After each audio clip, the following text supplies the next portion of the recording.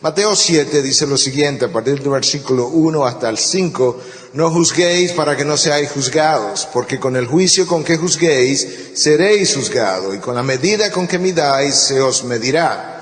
¿Y por qué miras la mota que está en el ojo de tu hermano, y no te das cuenta de la viga que está en tu propio ojo? ¿O cómo puedes decir a tu hermano, déjame sacarte la mota del ojo, cuando la viga está en tu ojo? Hipócrita, saca primero la viga de tu ojo, y entonces, esa palabra entonces es importante en la palabra de Dios, y entonces verás con claridad para sacar la mota del ojo de tu hermano. Bueno, vamos a hablar un poquito de cómo destruir el espíritu crítico en nosotros, y voy a comenzar con este pasaje que yo cité parte del pasaje ayer más de una vez, pero que yo creo que es bueno para darle continuidad y hablar de lo que queremos hablar hoy. Yo creo que se hace necesario explicar un poco de lo que este texto está hablando. Porque si lo fuéramos a tomar superficialmente, parecería que yo nunca puedo ejercer ningún tipo de juicio, y eso no es cierto. Nosotros tenemos que juzgar las doctrinas, tenemos que juzgar los espíritus según la palabra de Dios, los maestros, los falsos, los verdaderos, pero eso no está hablando de esto, está hablando precisamente de otra cosa. Está hablando de aquella persona que mide conforme a su propio criterio. Está hablando de aquel, no solamente que mide conforme a su propio criterio, pero que está juzgando algo para lo cual él no tiene autoridad o moralidad para juzgar, porque está señalando algo en su hermano que es de cierto tamaño, cuando él tiene un problema más grande todavía en su ojo que no le permite verse a sí mismo. Y con esa introducción yo quiero que comencemos a ver qué significa realmente la palabra criticar, porque queremos destruir el espíritu crítico en nosotros. En el griego la palabra es críticos, capaz de discernir o juzgar. De manera que en su sentido original la palabra no necesariamente tiene una connotación negativa, porque nosotros necesitamos hacer buen juicio.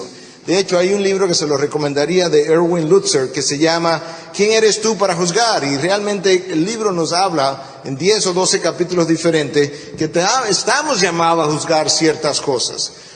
Y de eso pudiéramos hablar en otro momento, pero hoy quisiéramos hablar de esa otra parte negativa del juicio que muchas veces ejercemos.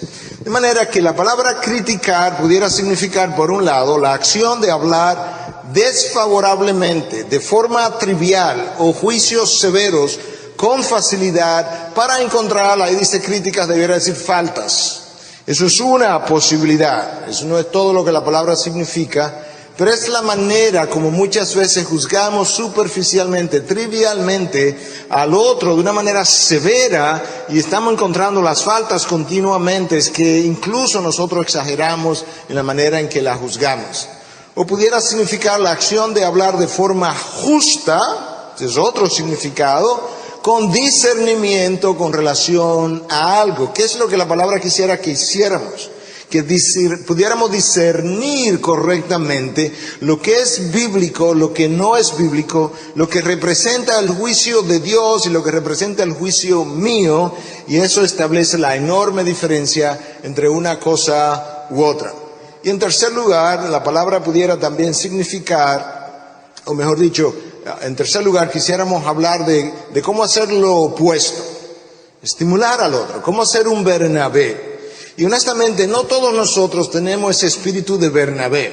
Tenemos a algunos en la congregación, lo necesitamos a todos, con espíritu de Pablo, confrontador, con metas muy fijas que nadie lo podía detener. Necesitamos esa personalidad, no hay duda de eso. Pero necesitamos los Bernabés entre nosotros que animan al hermano, que introduce a Pablo a la comunidad que lo quiere rechazar, que está dispuesto a aceptar a un Juan Marcos cuando Pablo mismo no quería viajar con Juan Marcos. Necesitamos los Bernabés entre nosotros, pero cada uno de nosotros necesita un poquito de lo de Pablo, la necesidad de confrontar, necesita un poquito de lo de Bernabé, la necesidad de estimular, y eso necesita ser algo que forme parte de nuestro carácter santificado.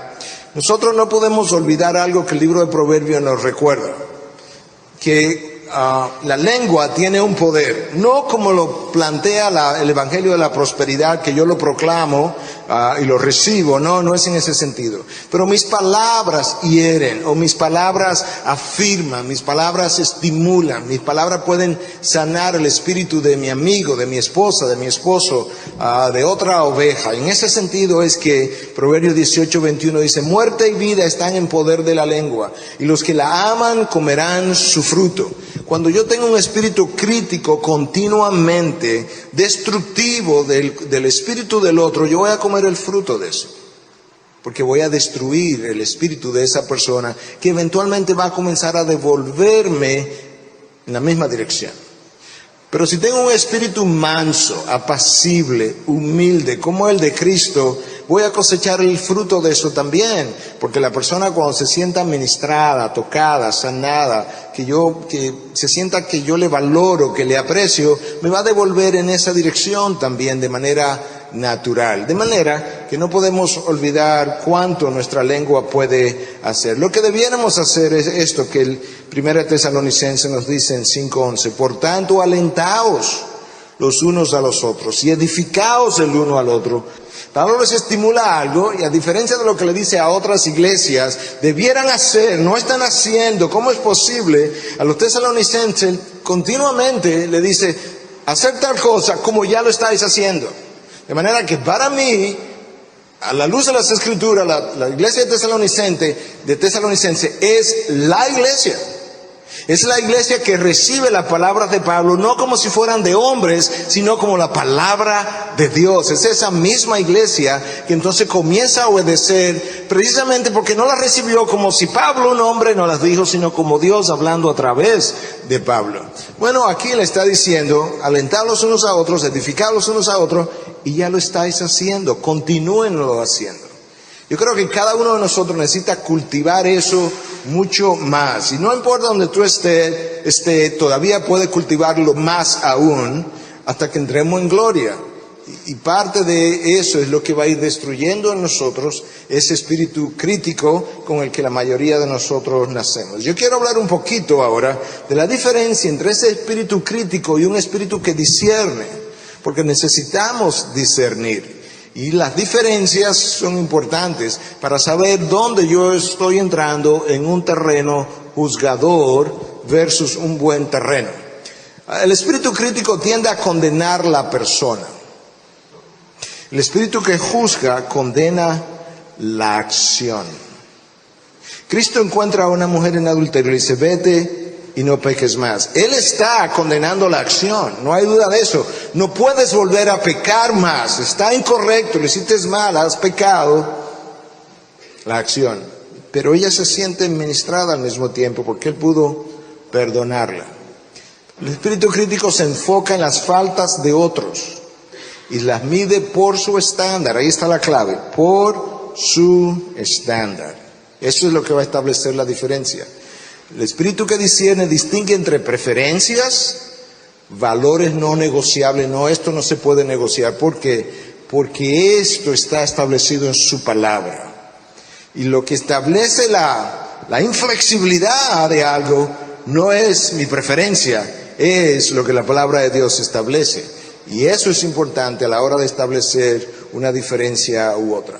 El espíritu crítico ridiculiza al otro. El espíritu que discierne escucha al otro. ¿Por qué? Porque antes de yo poder pasar un juicio justo, verdadero, hasta donde podamos hacerlo, yo necesito toda la información posible. Y muchas veces padres que tienen hijos no escuchan bien a sus hijos, los hijos comienzan a explicar y antes de terminar usted le está interrumpiendo, le está criticando, le está señalando y el hijo todavía no ha terminado de dar su explicación. Buena o válida, no importa, escúchelo para que usted pueda discernir mejor.